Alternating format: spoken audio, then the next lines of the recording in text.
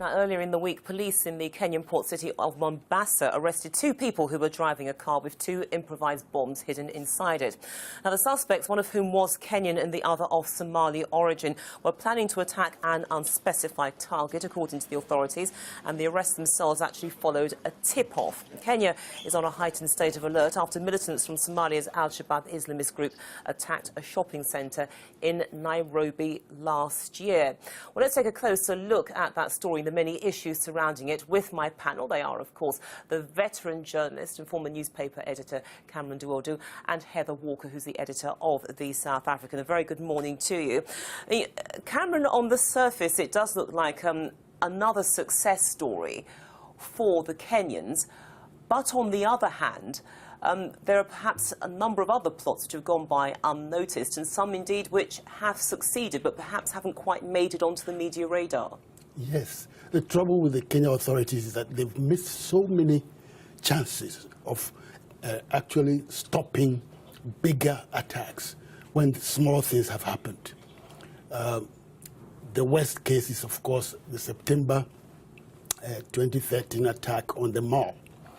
They had tips here and there, but they were never able to connect properly to see what was coming. And when it came really very big. Al-Shabaab is in a very dangerous mood at the moment. Last week, they were able to attack a hotel used by the African Union in one of the towns where they are based. And they killed quite a very important security man in that attack.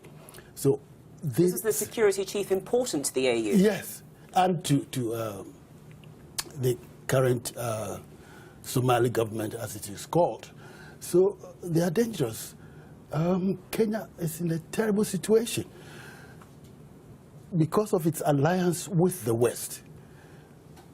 Al-Shabaab's recruitment in Kenya of Kenyans and Somalis is, quite strong. And yet, what can they do? They don't have the means, the technical means of, protecting themselves. And this is the worrying thing about it, Heather, that you do have this rather sort of blatant recruitment that's going on in Kenya. This group is clearly growing, and it's the potential for destabilisation in the area as well.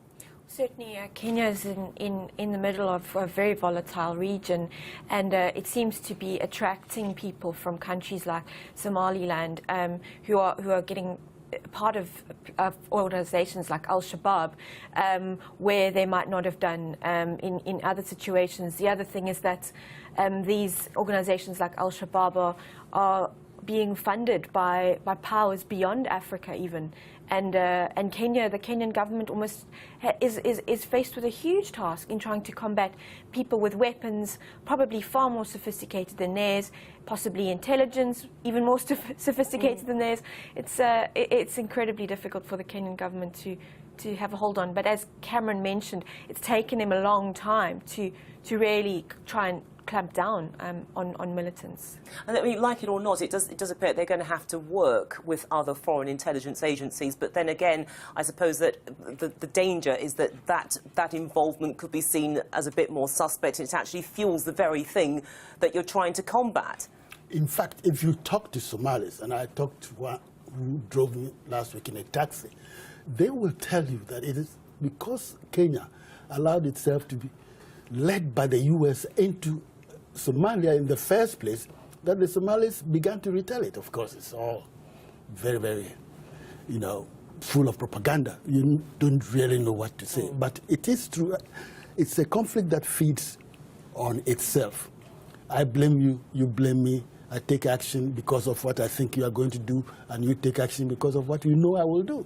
It's terrible. And of course it ties into the wider issue which you pointed out, Heather, about funding. So somebody's actually paying the money and using, if you like, these organisations as proxies, fighting something which is much bigger, but they're doing the dirty work on the ground, so to speak.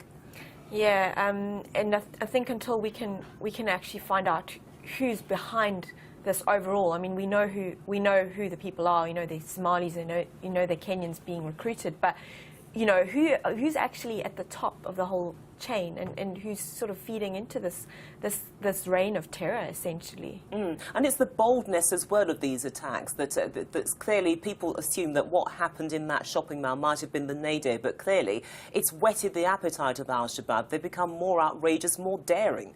Well, before that, there was the attack on the U.S. Embassy in Kenya, and that killed even more people than the attack on the mall. So the potential for greater harm is there. And one thing But very public targets, that's the point. Yes. And the thing that worries me most is this, that there are so many refugees in Kenya from the neighboring area and other places, Mombasa and so on. And the world is not paying attention to them. Now, when people are that desperate, if you know the situation in the suburbs of Nairobi and how areas have become big slums and so on, So people who have nothing to gain, if Al-Qaeda comes with money, So it's recruitment ground there. and then add religion to it. Look, Yes. you go and die, it doesn't matter. God will receive you, and you have many beautiful Right, it's a women very at your toxic disposal. mix. And people who have very little education. Right.